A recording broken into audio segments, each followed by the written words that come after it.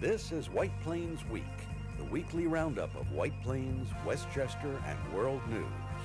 With John Bailey, editor and publisher of the daily internet newspaper White Plains Citizen Net Reporter, WPCNR.com. Jim Benerofe, editor and publisher of SuburbanStreet.com and WhitePlains.com.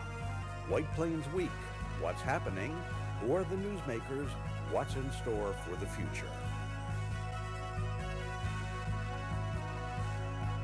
The views and opinions expressed on this program are solely those of the participants. White Plains Week is presented on Optimum Cable Channel 76, Verizon Fios Channel 45, and on the internet at whiteplainsweek.com, youtube.com, and wpcommunitymedia.org. Now, White Plains Week. Good evening, Mr. and Mrs. White Plains, Westchester, and the world. John Bailey with the Dean of Journalism in White Plains, New York, USA, Jim Benerofe. And Jim, the headlines, please. And here are the headlines for White Plains for the week of November the 8th, 2019. Democrats sweep Common Council race. 11 things new and returning council members should do now. City settles outstanding contract with professional firefighters. County legislature will have a 15-2 Democratic supermajority. New red light camera rollout to begin. Sales tax in White Plains up sharply after first quarter. County sales tax softens. Thank you, Jim. And now let's go to the video news reel march of time. And there it is, folks. Those are the big winners in the Democratic Party on the local level. Victoria Presser, Jennifer Puja, and Nadine Hunt Robinson were elected to the Common Council. Hunt Robinson for, I believe, the third time. And Benjamin Boykin was returned to the county legislature unopposed. Now, what is interesting about this race in White Plains on the council level is right now the council, when it reconvenes in January with its new contingent of Ms. Presser and Ms. Puja, that will be a 7-0 Democratic council. And can you remember when it was any time 7-0 in the past? I don't remember if there was ever a 7-0 Democratic council, Yeah. but I think there was a 7-0 Republican council many years ago. Yes, right. Now, what was it like back then? Well, I think that was really before my time. Mm-hmm. I see. So I don't remember it, and that's got to go back like 40 years. Yes, right. Well, that was your time. Yes, right. But be that as it may, the dynamic here is very interesting. I think the Common Council, when it reconvenes, has to develop a new attitude. Let's take a look at the Common Council numbers. And there you go. This was a landslide in no matter how you slice it. It was almost a 3-1 margin between Hunt Robinson, Ms. Presser, and Ms. Puja. And the numbers speak for themselves. It was over when the first returns came in. Boom. You know, usually it's a little close, but wasn't close at all. And what is intriguing is Ms. Puja and Hunt Robinson were in a virtual tie with 25% of the vote. And I think Puja, as you mentioned when we were going on, is a great hope. She's a new face and a young person, on the council, and she has great potential if she uses her talents to great advantage. She was an executive running the Westchester Labor Council. That's tough dealing with all those people, and she has to be tough when she goes on this Common Council, because the present contingency of the Common Council, as we speak, not as tough as they could be in evaluating issues facing the city, and not as inquisitive. Anyway, I was just sitting there last night, and I came up with what I believe council members that will be joining the council in January, and council members that are finishing out the year, what they should be doing. Let's take a look at this. Number one, the new members of the council just elected have to read the city charter. They have to read the city budget, get a feeling for the scope of city spending. They should seek briefing on sales tax assessments and property tax trends. This is something I harp on because it's the only way you can really figure out where you are financially. What's coming in, what's going out, what's, God forbid, going down. Any questions so far, James? No, I think those are all really good ideas. You know, that's what I like about you. But you're sounding a lot like the Common Council used to sound. Well, I think that reading the budget and reading the city charter are two of the most important things. And I've said this before. I think when they interview potential candidates, they should mandate that they send them home with a copy of the budgets. Yeah, and the charter. And that's the two things they really have to know backwards and forwards. And they should also request a realistic review from the administration of the status of unstarted and approved projects. We are really in a build crisis in the city because we only have 2 going up right now. And they're at least, I'd figure, a year and a half away before they start running up. They should review status of transit district development timetable. This was a signature effort of the Roach administration, and it's run out of ink because we're not getting any information on it. But we don't get enough. And they should get briefing on the French-American School of New York property lawsuit by Gedney associations to legal knights who are doing this suit pro bono. Now, they also need to obtain an understanding of the status of city contracts with unions in coming year, expirations, etc., benefits, etc. Any questions on those? No. I mean, they got to get ahead on a position in this FASNY thing, because that is a dead property right now. It's dead.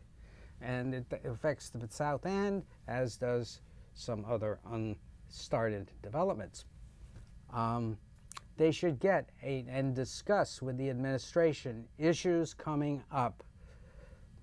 And that's a general thing, because the administration doesn't seem to really let you know too much about issues that are coming up until 3 days before the council's supposed to vote on it.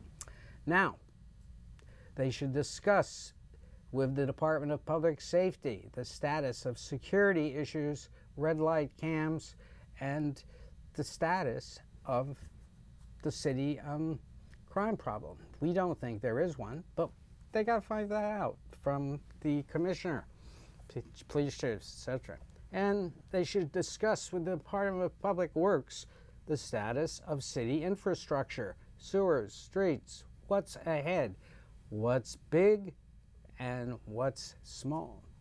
And finally, discuss with financial officers the status of city debt. Is there any other points that you would like to make? Not right off the top of my head, but the infrastructure see, I think that stuff comes up on the capital projects, does it not? It does, but I mean, the new people coming on the council and the persons who are returning are a little more familiar with the capital projects, but you know, it's not something that is high on their radar. They just assume that DPW will take care of things, and they do whatever DPW suggests, don't they? Seems that way. But anyway, this is just from some homework, and it's very easy to get a copy of the up-to-date charter, and it's very important to figure out how the city works from lines of power and control, what the planning board does. Now, we always assume people know, but I don't. I think it would be a good refresher. Now, one of the reasons I suggest these things is that the city has developed a habit over about the last 7 years of springing things on the council very close to when they want to vote on it. That happened on Monday night, election night, when the Common Council passed a settlement with the firefighters, which has been being negotiated, and Milagros Lacuna asked John Callahan, the City Corporation Counsel, what the settlement was about, and here's what he said. It has four bargaining units for unionized employees. This evening we're dealing with a contract for the professional firefighters. The other three bargaining units are in contract. This is a contract that would go into effect July 1st, 2018 and go for 3 years. The major items in the contract are in year one, a 0.25% raise, year two, a 3% raise, year three, a 3% raise, waiver of welfare fund payments in the first year, and a provision that would put the firefighters and give them the benefits of Section 375 IP of the pension law, which would allow them to retire at the age of 55 without any diminution in the pension. That's basically the proposed contract for you. So it's, I mean, it's clear it says allows, so it means that that's not a mandatory age, it's just a voluntary age. That's correct. Is it possible to give a better explanation in paragraph 9? It's like, I don't know if it's the wording, but it's really very difficult to understand what's happening with the $40 per employee per year. All right, that's the welfare fund payments? Yeah. I don't have it in front of me, yes. The welfare, as you know, we engage in pattern conforming bargaining here, which basically means what one union gets, the other union gets. If the union had not wanted this benefit, the pension benefit, they would have received a $40 increase in their welfare fund payments each year of the 3-year contract, and in this contract, they're waiving the $40 payment in the first year. So in order to get this increase, I'm sorry. the increase that they are going to be getting, what is what they are giving as an exchange? In order to get the benefit of Section 375 IP, they are getting a 0.25% raise in the first year of the contract, as opposed to the 3 other bargaining units whose members got a 1.25% raise in the first year of the contract, and they're also giving up $40 in their first year's welfare fund payment. So one question that I was asked was if the intention is to now bring the same type of agreement to other unions, but what you are saying is that that's not the case, that we are having here a different situation. That's right. The other bargaining units, the other three bargaining units got a 1.25% increase, a 3% increase, and a 3%. The firefighters got 0.25 in the first year. And as a matter of fact, the Teamsters in the CSEA, the pension plans therein already allow them to retire at age 55 if they have 30 years in. So they already have that ability to retire at 55 if they have enough years in without any diminution of their pension. Otherwise, they have to stay until 62. So. Thank you. Thank you. Well, there you have it. But now it should be noted that the contracts of all three expire at the end of June 2021. So that means they will have to negotiate with all four once more very soon, in about a year or so. Yeah. And that was interesting. And however, the backup material was not put on the website till early Monday afternoon. And when I asked for some clarification on this before the council meeting, just so I could report on it correctly, I didn't get any urgent messages to explain it. So this has to stop. I mean, it is not right not to explain things, and it's not right, you know. And this is one of the big issues that the new council, which will have a 7-0 majority, all Democrats, has to figure out how to get through to these folks to give them more info. They've had all Democrats up until now. What?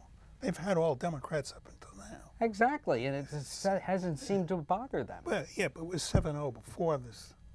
Yeah, So it's nothing new. that's true. Yeah. That's true.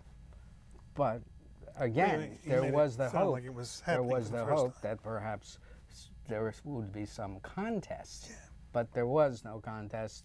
I don't feel a good campaign was run by the Republicans, and it hurt them. But I don't know how you surmount those. I mean, it's a bleak future. It really is.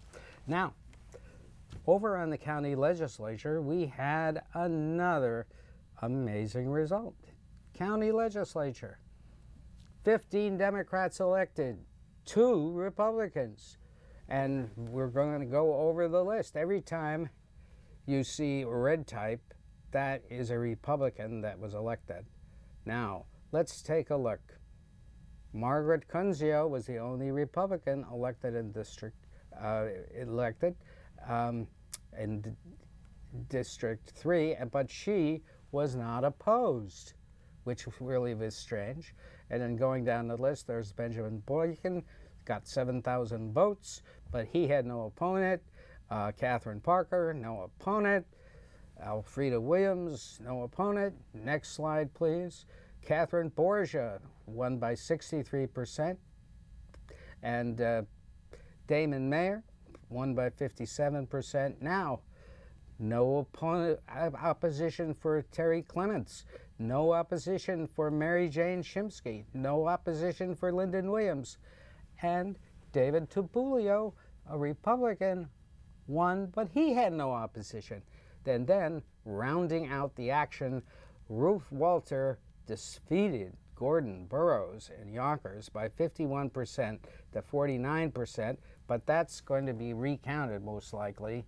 And Gordon Burroughs, a fixture in Yonkers for many years, out, according unofficially at this moment.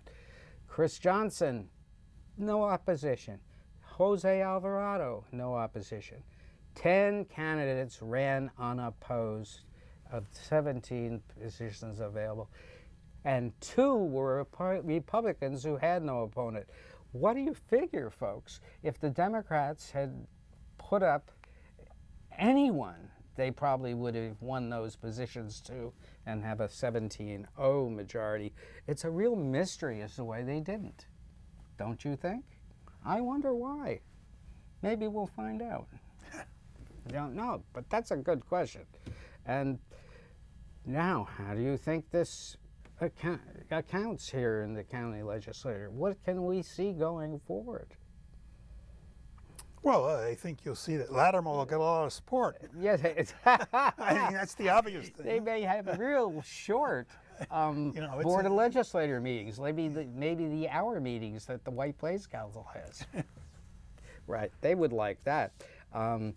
But seriously, though, I mean, this means that the friends of George Latimer should be rewarded wonderfully over the next few years in funding and all that.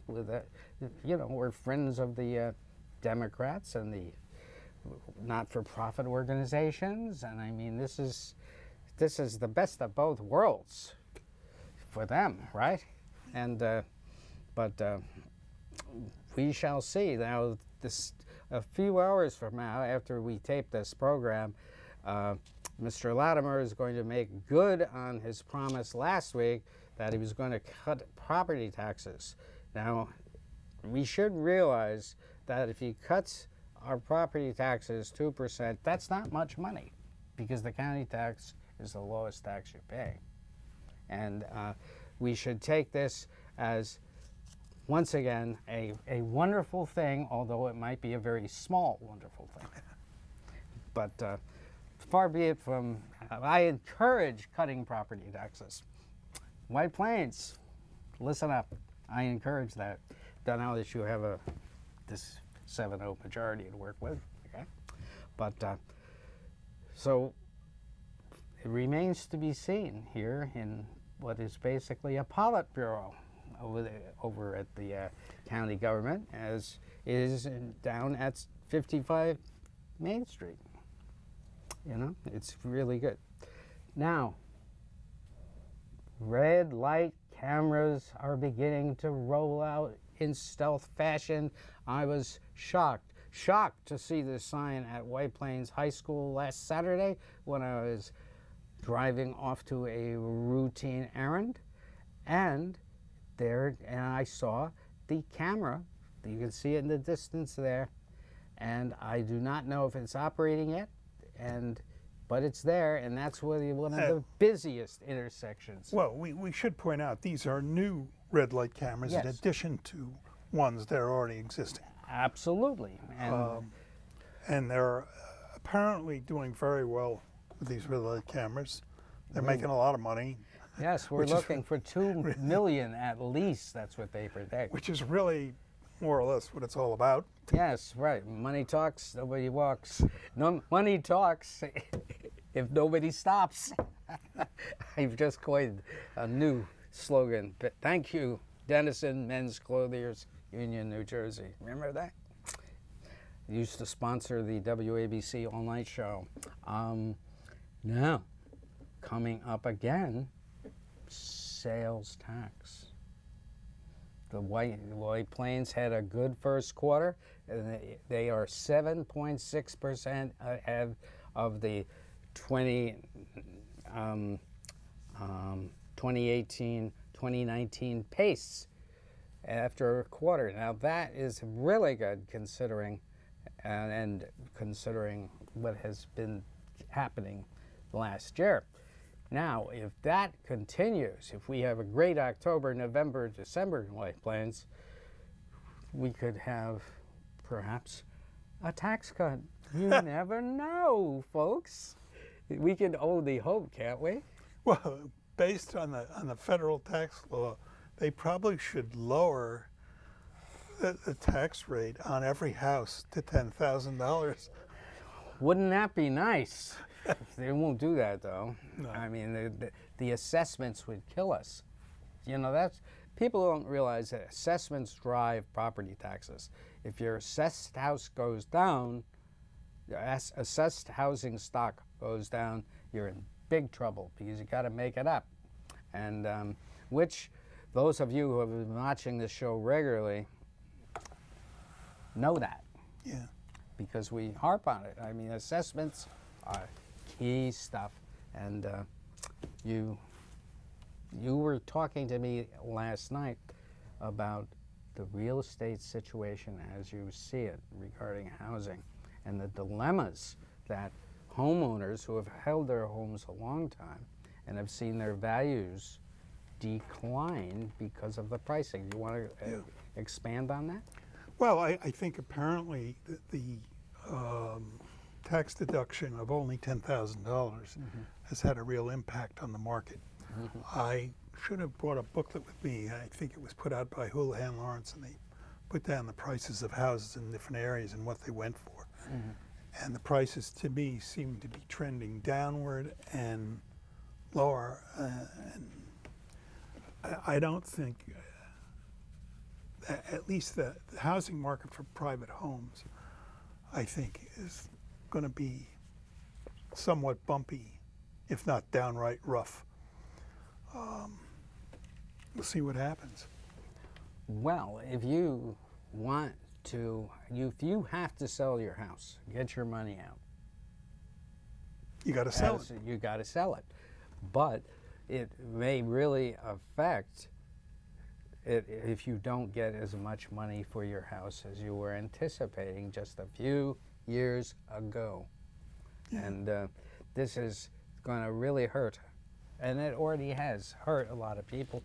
It has also hurt the young people's market because they aren't buying houses because they're stuck with this crazy student debt. And that is despite the fact that there has been stuff written about it, finally, after we've been talking about it. This is your two big markets, down the drain. Young people needing housing, old people needing to sell their housing. Now, on a national level, there's some new news, which I think is important. And that's that Michael Bloomberg is going to run for president. And my comment, I wrote this editorial about 1 or 2 months ago about age and the candidates for president. And Bloomberg is 77 years old. He's slightly younger than Bernie Sanders. I still think that there should be a thorough discussion of age and capability. Now, I think Bloomberg is a great candidate, no question about that. I think he's a fabulous businessman, but he's still 77 years old. And I'm 78 years old. And I know what it's like to be that age, and they are shying away from this. And some of the younger Democratic candidates, I don't think, are getting the political attention that they should be getting because they're concentrating on these guys like Joe Biden. And they think they're going to be around forever. They're not. No, they're not going to be around forever. The average age when people die is 80 men. I wrote my editorial before Bernie Sanders had his heart attack. And that was one of the things I pointed out. Well, folks, people who are watching this show now, we're coming up on our 20th year of doing it, know that we predict the future. Nobody else does. And so keep it right here. John Bailey, Jim Benerofe. Good night for White Plains Week. This has been White Plains Week, news and commentary about White Plains, Westchester, and the world. The views and opinions expressed on this program were solely those of the participants. White Plains Week, produced by White Plains Citizen Net Reporter, and presented on Optimum Cable Channel 76 and Verizon Fios Channel 45.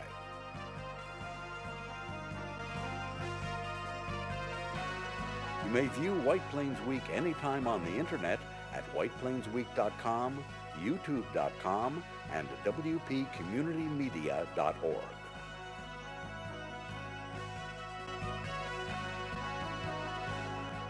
For White Plains Week, this is Peter Katz speaking.